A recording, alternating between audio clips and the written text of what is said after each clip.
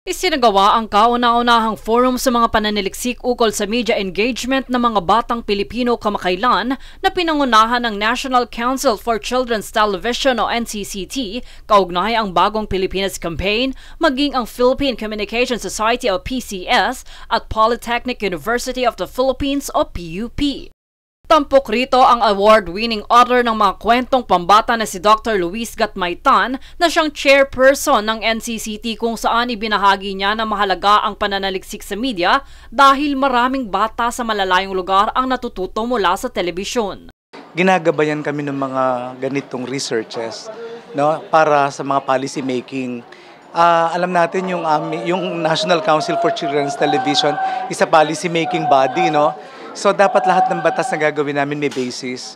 So itong research na kagaya nga ng mga itinatampok ngayon ay malaking tulong sa amin para makagawa kami ng batas na mas makakakumbinse sa mga lawmakers natin. Kasi kung hindi kami back up ng research, parang saan nanggagaling yung mga suggestions namin for policies, ganyan.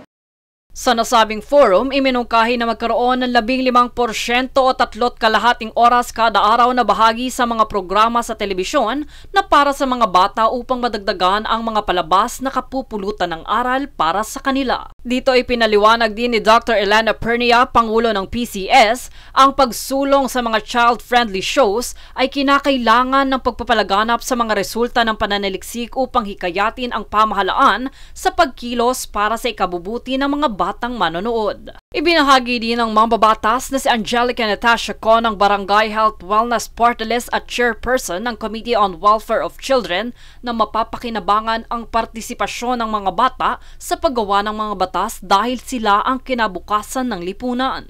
Napaka-importante talaga ng research.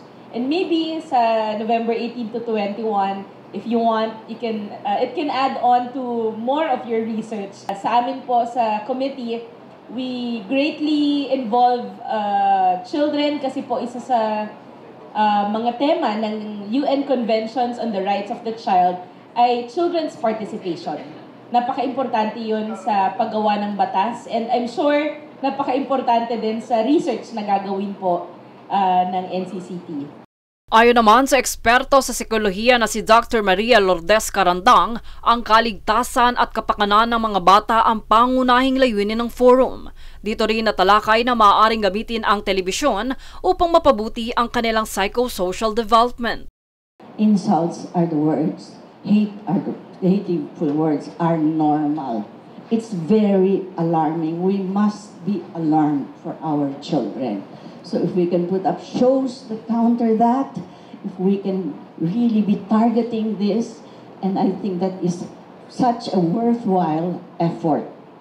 Dagdag pa ni Gatmaytan, maaaring magkaroon din ng mga programang mula sa kwentong pambata upang mas tangkilikin ito ng mga batang manonood na tiyak na kapupulutan ng aral.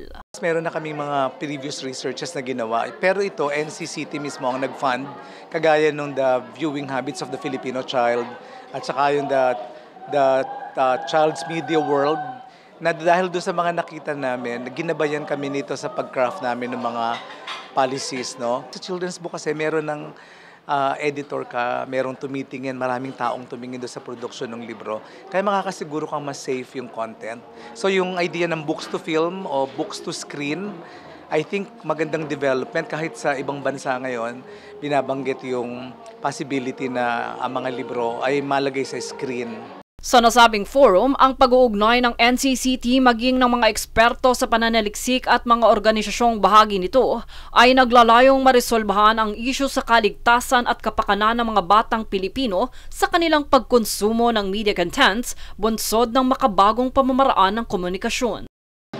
Jade Buhoy, nag-uulat para sa One Media Network.